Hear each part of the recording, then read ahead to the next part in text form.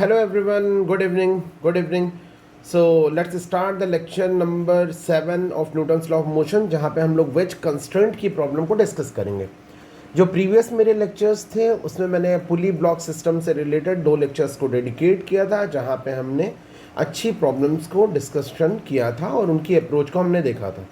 मैंने virtual work method को भी काफ़ी डिटेल में आपसे डिस्कशन किया था, उसके ऊपर भी हमने न्यूमेरिकल्स को सॉल्व किया था. प्रीवियस लेक्चर में भी इनफैक्ट मैंने वर्चुअल मेथड के थ्रू और वेलोसिटी ऑफ पुली सिस्टम को भी डिस्कशन किया था. लेक्चर नंबर 6 था वो मेरा. आज हम जो टॉपिक डिस्कस करेंगे वो वेज कंस्टेंट मोशन का टॉपिक, और इस वेज कंस्टेंट मोशन में हम लोग देखेंगे कि कैसे हम किसी एक ब्लॉक को अगर कंस्टेंट मोशन में रखा जाए तो दूसरे ब्लॉक को कैसे हम लोग उसकी मोशन के बीच में रिलेशन निकाल सकते हैं. ठीक है, तो let's consider without wasting time let's start our lecture. तो हम सबसे पहले स्टार्ट करते हैं कि एक थोड़ा सा टॉपिक को डिस्कशन करते हैं कि कैसे इनके बीच में हम लोग एक रिलेशन डेवलप कर सकते हैं. तो चलिए मान लेते हैं कि मैंने एक वेज शेप की 2 वेजेस लिए. एक वेज मैंने कुछ इस शेप का लिया, let me draw first, and एक दूसरा वेज शेप मैंने कुछ इस तरीके से लिया. इन दोनों को जब रखा गया तो इनके जो बॉटम सरफेसेस हैं, बॉटम सरफेसेस या सराउंडिंग जो सरफेसेस हैं वो फिक्स्ड हैं और फ्रिक्शनलेस हैं. ये पूरी तरह से फिक्स्ड है और फ्रिक्शनलेस है, और ये इस तरीके से किसी एक दूसरे के ऊपर लाई कर रहे हैं या रेस्ट कर रहे हैं. मान ले तो इस ब्लॉक को मैंने ए कंसीडर कर लिया और इस ब्लॉक को मैंने बी कंसीडर कर लिया.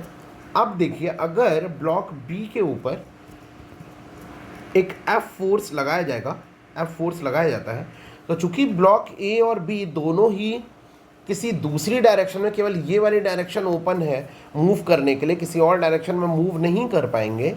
तो अगर किसी ब्लॉक ए के ऊपर, मान लीजिए ब्लॉक ए के ऊपर एफ फोर्स को लगाया गया, तो ऑब्वियसली ब्लॉक ए की जो वेलोसिटी होगी वो मान लेता हूँ लेट्स से वी ए है, तो वो डाउनवर्ड डायरेक्शन में होगी, बी की तरफ होगी, क्योंकि यहाँ पे एक सर्टेन एंगल पे इसे रखा गया है.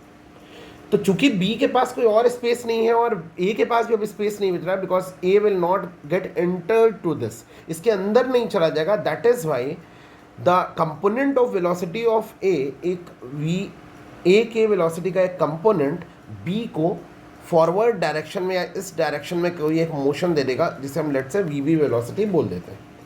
ठीक है, अब हमें इन दोनों के बीच के वेलोसिटी का एक कोरिलेशन को डेवलप करना है या कोरिलेशन को निकालना है. चलिए इसको जरा देखते हैं, एक बार फ्री बॉडी डायग्राम जैसा बना लेते हैं, सो दैट कि एक आइडिया लग जाए हमें कैसे अप्रोच करना है. तो इसकी अप्रोच को डिस्कस करते समय मान लीजिए मैंने ये ब्लॉक लिया, ये मैंने बोला इसे, और मैंने इस ब्लॉक को, दूसरे वाले ब्लॉक को मैंने वी बी बोला, और सॉरी एक को मैंने ए बोला और दूसरे ब्लॉक को मैंने लेट्स से बी बोला. तो ए ब्लॉक मेरा ये हो गया, बी ब्लॉक ये हो गया. दोनों की ही एक सर्टेन वेलोसिटी होगी और एक पॉइंट ऑफ कांटेक्ट होगा. तो एक पॉइंट ऑफ कांटेक्ट या लाइन ऑफ कांटेक्ट में देखूं तो this is their line of contact, ये इनका लाइन ऑफ कांटेक्ट है, लाइन ऑफ कांटेक्ट है.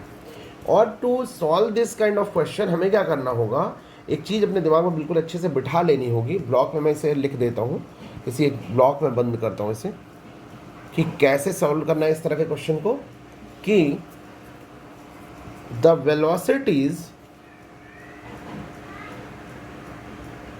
of blocks along normal to point line of contact, normal to line of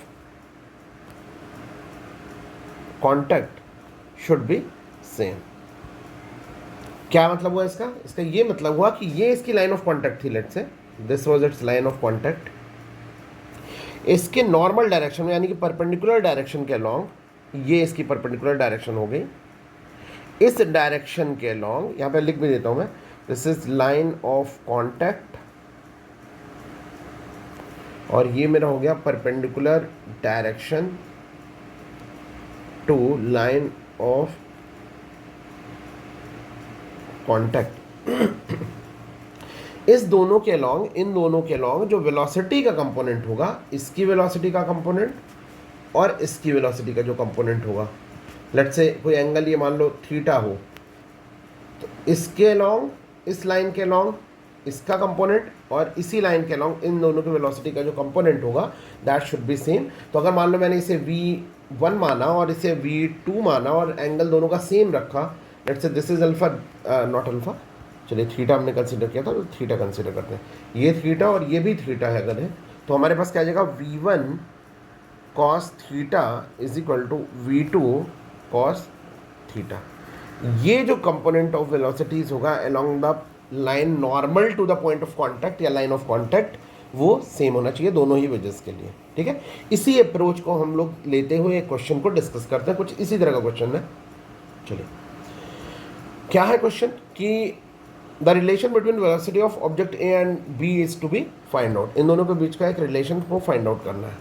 मान लेता हूँ ये एंगल मेरा अल्फा है, ठीक है। तो उसी तरीके से मैंने मान रखा है यहाँ पे कि ब्लॉक बी है ये वाला, दिस इज ब्लॉक ए, इनकी वेलोसिटी वी ए है और इसकी वेलोसिटी वी बी है। वो कहाँ से जनरेट हो रही है, जब बी ब्लॉक को एक फोर्स यहाँ से लगा करके उसे डाउनवर्ड डायरेक्शन में पुश किया जा रहा है, तो चूंकि बी के पास कोई दूसरा स्पेस नहीं है, वो ए के अंदर नहीं जा सकता है, तो वो ए को पुश कर रहा है उसकी फ्री डायरेक्शन में मूव करने के लिए, बिकॉज बाकी सारी डायरेक्शंस उसकी कंस्ट्रेंट है यानी कि ब्लॉक्ड है, तो इसलिए केवल ए के पास एक डायरेक्शन बच रही है जो कि फॉरवर्ड एक्स डायरेक्शन या पॉजिटिव एक्स डायरेक्शन है, उसमें मूव कर रहा है और उसकी वेलोसिटी वी ए हो जा रही है, ठीक है। तो इसके बीच में एक रिलेशन हमें डेवलप करना है। तो पहले तो हम फ्री बॉडी डायग्राम दोनों ही ब्लॉक्स का डिस्कस कर लेंगे या बना लेंगे, क्या है जैसे मैंने वहाँ पर बनाया था वैसे ही बना लेते हैं। ब्लॉक बी को मैंने यहाँ कंसीडर कर लिया ऐसे, और अब मैंने ब्लॉक ए को यहाँ कंसीडर कर लिया, ए को, इसका एंगल मैंने थीटा ले लिया था, शायद ये अल्फ़ा ले लिया था, ठीक है। तो मैं अल्फ़ा एंगल ले लूँगा, अल्फ़ा एंगल ले लिया। इसकी वेलोसिटी को ऑलरेडी वी बी माना हुआ है, ये इसकी वेलोसिटी है वी बी, और ये इसकी वेलोसिटी है वी ए, ये इधर मूव कर रहा है। इनकी जो लाइन ऑफ ज्वाइनिंग या लाइन ऑफ कांटेक्ट है वो ये है, this is their line of contact, this one, चाहे इस ब्लॉक के लिए कंसिडर करिए तो ये हो गया, या फिर इस वाले ब्लॉक पे अगर हम देखें तो ये हो गया इसकी लाइन ऑफ कांटेक्ट। अब लाइन ऑफ कांटेक्ट के क्या था अगला पॉइंट, लाइन ऑफ कांटेक्ट के परपेंडिकुलर, इट मींस नॉर्मल, तो नॉर्मल डायरेक्शन इज दिस, ये इसकी नॉर्मल डायरेक्शन होगी, ठीक है, इसकी ये नॉर्मल डायरेक्शन होगी, ओके। इस सरफेस के परपेंडिकुलर जो डायरेक्शन होगी this will B it's normal direction, yes. इस सरफेस के परपेंडिकुलर जो भी हमारी डायरेक्शन होगी it will be it's normal direction, ठीक है। अब अगर मैं इसकी वेलोसिटी के इस वाली लाइन को आगे की तरफ फर्दर एक्सटेंड करूं यहाँ पे, क्योंकि वो एंगल अल्फ़ा है, तो आगे भी अगर मैं ब्लॉक मान लीजिए यहाँ कहीं, इसके बॉटम को मैं यहाँ कहीं शिफ्ट कर देता हूँ थोड़ा सा, यस, बॉटम को मैं यहाँ शिफ्ट कर देता हूँ इसके, यस, इस जगह, ठीक है। तो अगर ये एंगल अल्फ़ा था, if this angle was alpha, obviously ये 90 डिग्री है, दिस इज 90 डिग्री, तो this angle will be 90 minus alpha, and if this is 90 minus alpha, this will also be 90 minus alpha, और ये एंगल मेरा भी alpha हो जाएगा, this angle will be alpha, ठीक है। ये उसका नॉर्मल था, ठीक है, this angle will be alpha.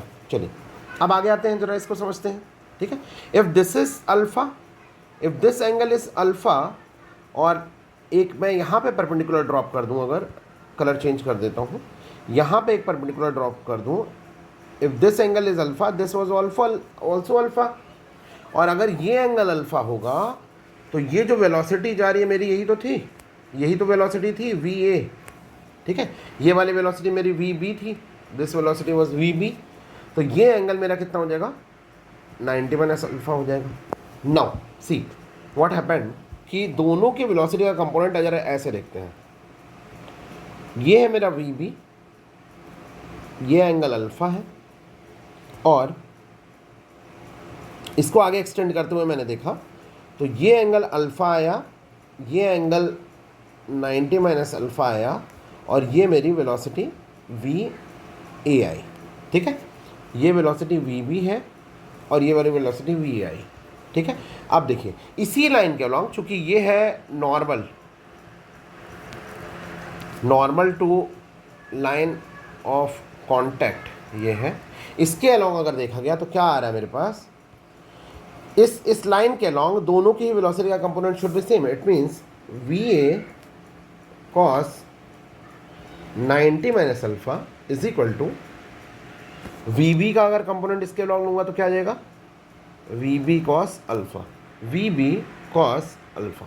Okay, और 90 माइनस अल्फा हो जाएंगे, साइन अल्फा हो जाएगा, V A sine alpha is equal to V B cos alpha. और अगर इसी चीज़ को मैं और करूँ, sine alpha upon cos alpha देखूँ, so V B value will be equals to V A tan alpha. तो this is the relation between the velocities of two blocks. This is the relation between the velocities of two blocks. Okay, अगर मैं इस चीज़ को देख रहा हूँ तो मेरी ये चीज़ आएगी, ठीक है। This is the relation between the velocities of two block.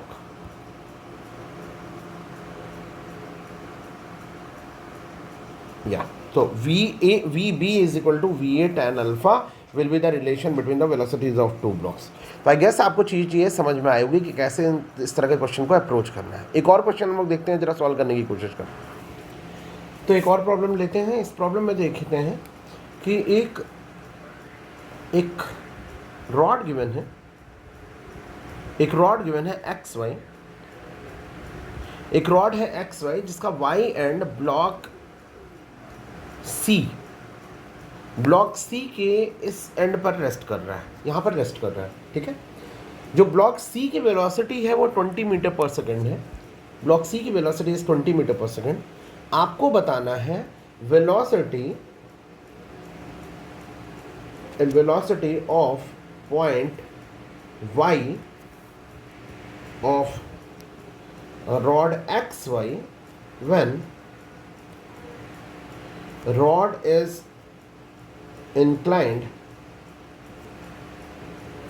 at an angle of 30 degree to ground, ठीक है।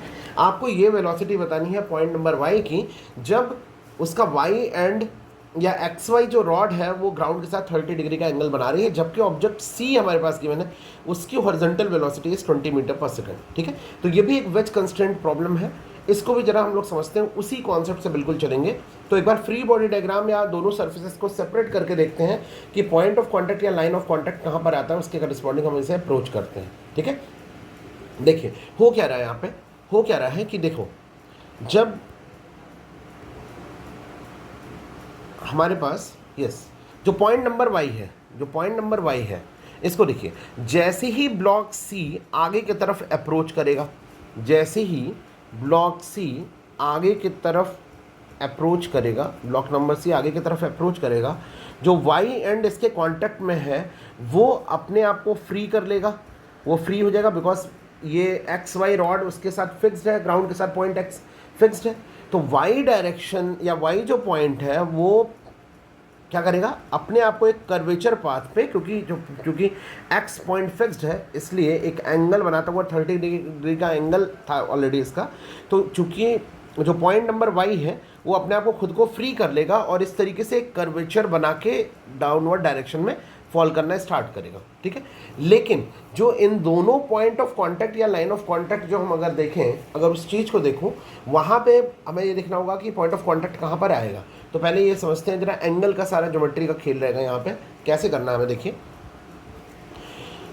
यस, मान लेता हूँ अगर पॉइंट सी की कंप्लीट ऑब्जेक्ट सी की velocity was 20 metre per second, object C velocity was 20 metre per second, तो ये जो पॉइंट नंबर वाई आ रहा है इसकी भी वेलोसिटी वही रही होगी, यानी कि इसके इस वाले पॉइंट की भी वेलोसिटी सी के 20 मीटर पर सेकंड ही रही होगी, क्योंकि पूरा ब्लॉक मूव कर रहा है, ठीक है। एक सॉलिड ऑब्जेक्ट है, एक रिजिड बॉडी है। अब जो पॉइंट नंबर वाई है, पॉइंट नंबर वाई है रॉड का, वो ग्राउंड के साथ तो 30 डिग्री का एंगल बना रहा है, ठीक है। बट अगर मैं देखूँ तो उसका भी जो पॉइंट ऑफ कॉन्टैक्ट आएगा वो ये आएगा, point of contact will be this. जब इनिशियल डायरेक्शन में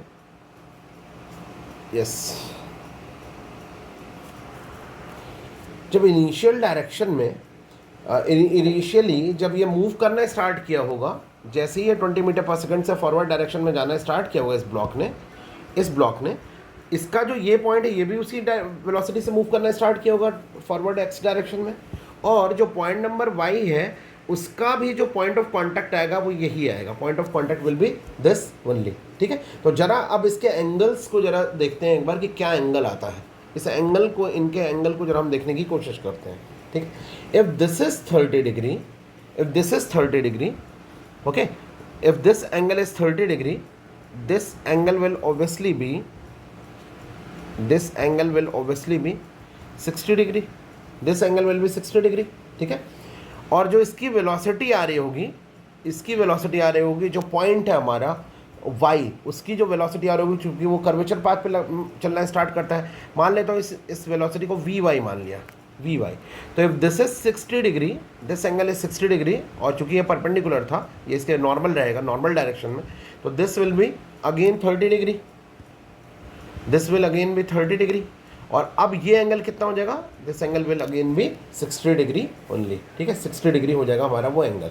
ओके, चलिए तो देखते हैं अब मुझे क्या करना था, इसी के अलोंग, इस वाले के अलोंग मुझे उसकी वेलोसिटी निकालनी। यहाँ पे मेरी वेलोसिटी थी, मैंने इसे vy माना था, ये मेरा एंगल अगर 60 डिग्री था, इफ दिस वाज 30 डिग्री, तो इसको मैंने कंसीडर किया था 60 डिग्री, यहाँ पर ये 30 डिग्री आया था और अगेन ये 60 डिग्री आया था। तो दोनों की ही वेलोसिटी को अलोंग दैट हॉरिजॉन्टल डायरेक्शन, ये नॉर्मल डायरेक्शन में जो पॉइंट ऑफ कांटेक्ट आया था उसके नॉर्मल डायरेक्शन में हम लोग इसे ब्रेक करेंगे और देखते हैं इसके क्या कंपोनेंट्स आते हैं जिनको हमें उसे इक्वेट करना है। ठीक है, जिनको हमें इक्वेट करना है। Okay, got it. ओके, तो अब देखिए क्या आ रहा है हमारे पास, vy का cos 60 डिग्री का जो कंपोनेंट होगा, vy का जो cos 60 डिग्री का कंपोनेंट होगा, दिस वन, ये जो हमारा आ रहा है ये था vy, इसका जो 60 डिग्री का कंपोनेंट होगा अलोंग पॉजिटिव एक्स डायरेक्शन, वही हमारा 20 मीटर पर सेकंड से ब्लॉक सी जा रहा है।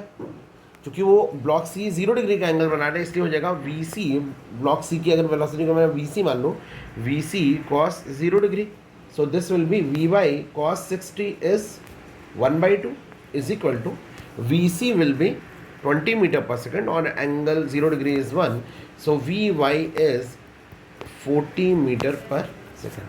This will be the velocity of point of contact, velocity of end y। ठीक है, इस तरीके से वेज कंस्ट्रेंट की इस तरह की प्रॉब्लम को हम लोग सॉल्व करेंगे। तो उम्मीद करता हूँ कि आपको वीडियो समझ में आया होगा, और मैं और भी वीडियोस आपके लिए लाता रहूँगा अच्छे क्वेश्चंस। इसके बाद जो हम लोग टॉपिक डिस्कस करेंगे, 1-2 लेक्चर्स शायद इसमें और होंगे, उसके बाद फिर हम जो टॉपिक स्टार्ट करेंगे वो फ्रिक्शन का होगा। उधर फ्रिक्शन की प्रॉब्लम्स को सॉल्व करते हुए फटाफट हम दूसरे टॉपिक्स को भी कवर अप करने की कोशिश करेंगे। So thanks for watching my video, stay tuned, thank you.